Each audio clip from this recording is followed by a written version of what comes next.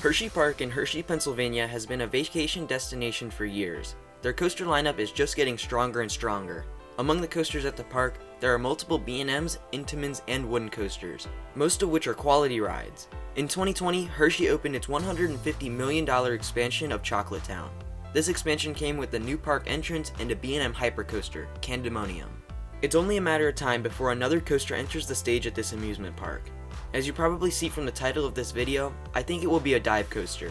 I'll tell you my reasoning for this over the next couple of minutes. This is why it makes sense for Hershey Park to receive a dive coaster. Let's get into it. There are a couple things I examined to come to these conclusions. The video will be broken into sections to best deliver this information.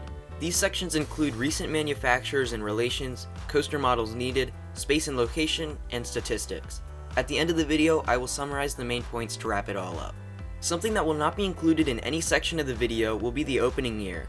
I do want to give my prediction for this though. They just opened that $150 million expansion, so the park is going to need a couple years to recoup that money. In addition to that, the pandemic might affect the park's willingness to invest and ability to recuperate that money that was lost. I'm thinking at least 2 years from now. That would put the earliest opening date in 2023.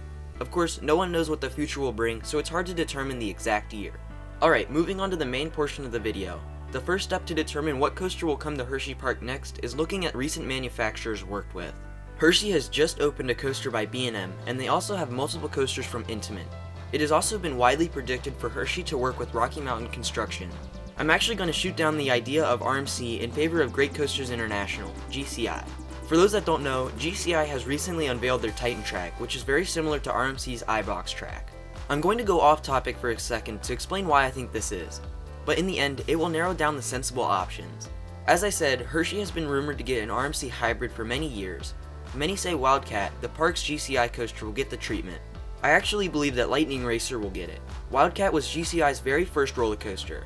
I think that it is possible for GCI to come in and give it the Titan track or the Ghost Rider treatment. What does that leave RMC with? Lightning Racer. If Rocky Mountain Construction was to come in RMC Lightning Racer, that land could be divvied up nicely. Some land would go to the water park for future expansion, and the rest would go to the actual coaster.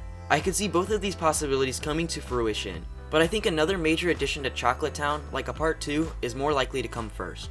So that narrows it down to two manufacturers, B&M and Intamin.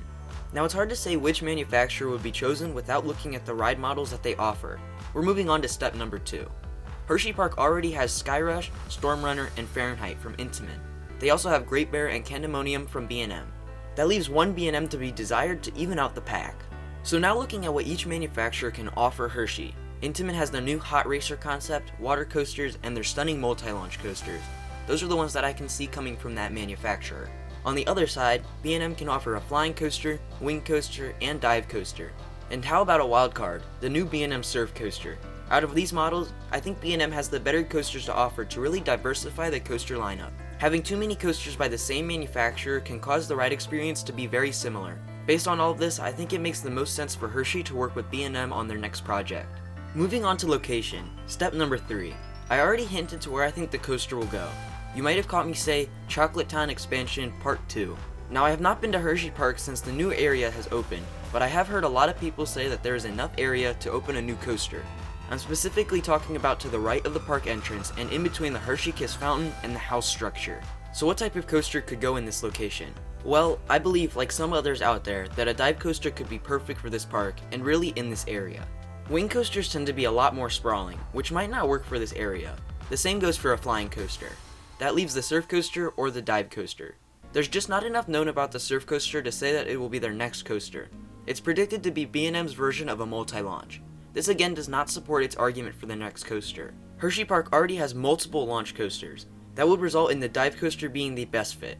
Just imagine being able to see the first drop of the dive coaster in the first inversion right after walking into the park. Combined with Candemonium's finale around the Hershey fountain, that could be absolutely stunning.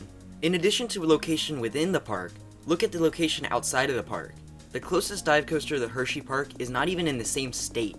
You either go 390 miles west to Cedar Point and Valraven, 280 miles south to Busch Gardens Williamsburg and Griffin, or 400 miles north to Canada's Wonderland and Yukon Striker. This would make the marketability of the coaster very good.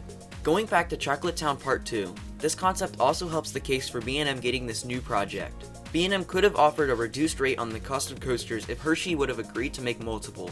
This makes a lot of business sense, as it costs a lot of money to make roller coasters, especially from B&M. Combined with the major expenses of the new area, Hershey could have seen taking a discounted deal with B&M as the best option in the long run. That's how I concluded a B&M dive coaster opening at Hershey Park in future years. But I would like to dive a little bit further into what I think the coaster would look like. Step number 4. For starters, I don't think it will be as tall as Candemonium. That attraction will hold the title as the tallest in the park. I do think that the dive coaster will pack a major punch though. This will mean it will stand anywhere from 175 feet to 200 feet tall. It will feature a dive at 90 degrees into an Immelman loop that will be seen from the entrance plaza. It will also feature multiple other inversions. For reference, a similar coaster would be a larger scale of Valkyria or Emperor. A couple days ago, I released a concept for what I think the coaster could look like. I will put a card above if you are interested in seeing the whole thing. To summarize what I have predicted, I predict that Hershey Park's next coaster will come courtesy of B&M.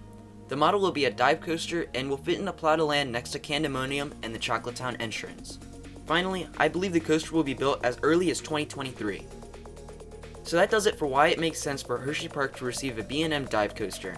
Let me know what you think in the comments below. If you liked the video, make sure to leave a like and consider subscribing if you're new. Thanks for watching, and I'll see you next time.